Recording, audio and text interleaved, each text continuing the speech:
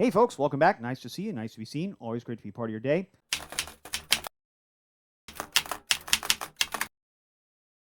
Today I want to talk about the big news that's hitting the hobby the last couple of days, and that is Panini's lawsuit against Fanatics and, by extension, Topps, which Fanatics wholly owns. This is an antitrust complaint where Panini is alleging that Topps is engaging in a whole lot of anti-competitive behavior, that it's going to harm the sports card marketplace, that it has already harmed Panini, and that it's going to ultimately harm the collector. Although, to be fair, in reading the complaint, very little of that actually has to do with the collector. It's mostly about Panini's business relationships. There's a lot of fluff in here. There's a lot of sort of level setting, right, where the lawsuit introduces, this is what a sports card is, and this is who the major leagues are, and this is what a premium card looks like versus a mass market card, right? So basically to help non-collectors understand the sporting card marketplace. There's a lot of allegations in here about Fanatics interfering with Panini's business relationships to an anti-competitive degree. There's two that really stand out to me. The first is in 2022, Fanatics, which had by this point already consummated their purchase of Topps, and which was also already at this point producing cards and had been for quite some time very successfully for give or take 60 years, that Fanatics purchased a company called GCP, which produced 90% of Panini's cards over the course of any given year. Fanatics then took GCP, which now they owned, and they forced them to cut production specifically on Panini's lines. This caused Panini harm, right? Because suddenly where they had been planning to produce 30 or 40 different products, they could only produce 12. And that's a big deal, right? Like, this is an actual anti-competitive behavior and one that wasn't necessary, right? This wasn't necessary for Fanatics to purchase this line, purchase this company, because they already were able to produce the cards that they needed.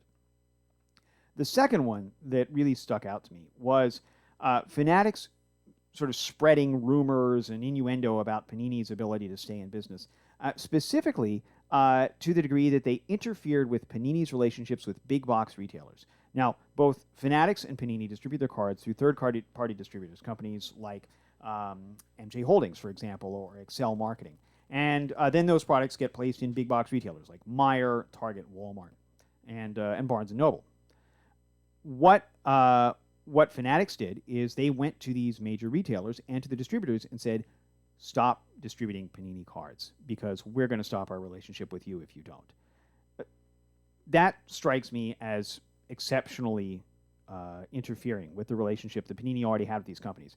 This would be the same as if Lay's went to a company and said, oh, you can't sell you can't sell hers anymore, or you can't sell Charles or whatever local brand of chips is if you want to keep stocking ours.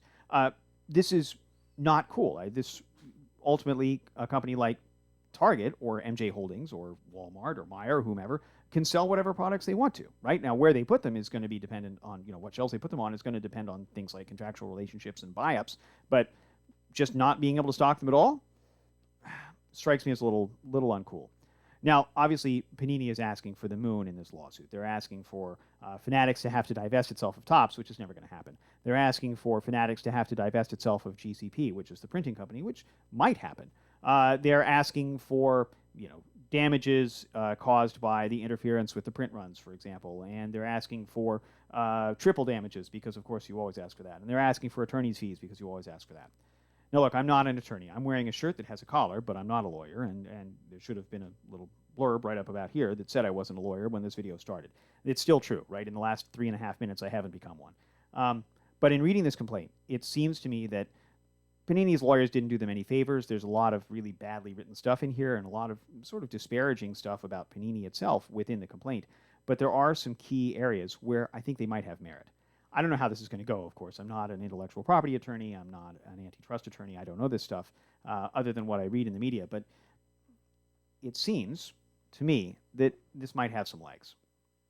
Now, ultimately, this might not matter, right? This might be what it takes to get Fanatics to buy Panini or something along those lines, at which point, the complaints about antitrust and monopolization still ring true, but who's going to actually do the complaining? But realistically, I don't know. I just don't know. But it's big news, and it's a big deal.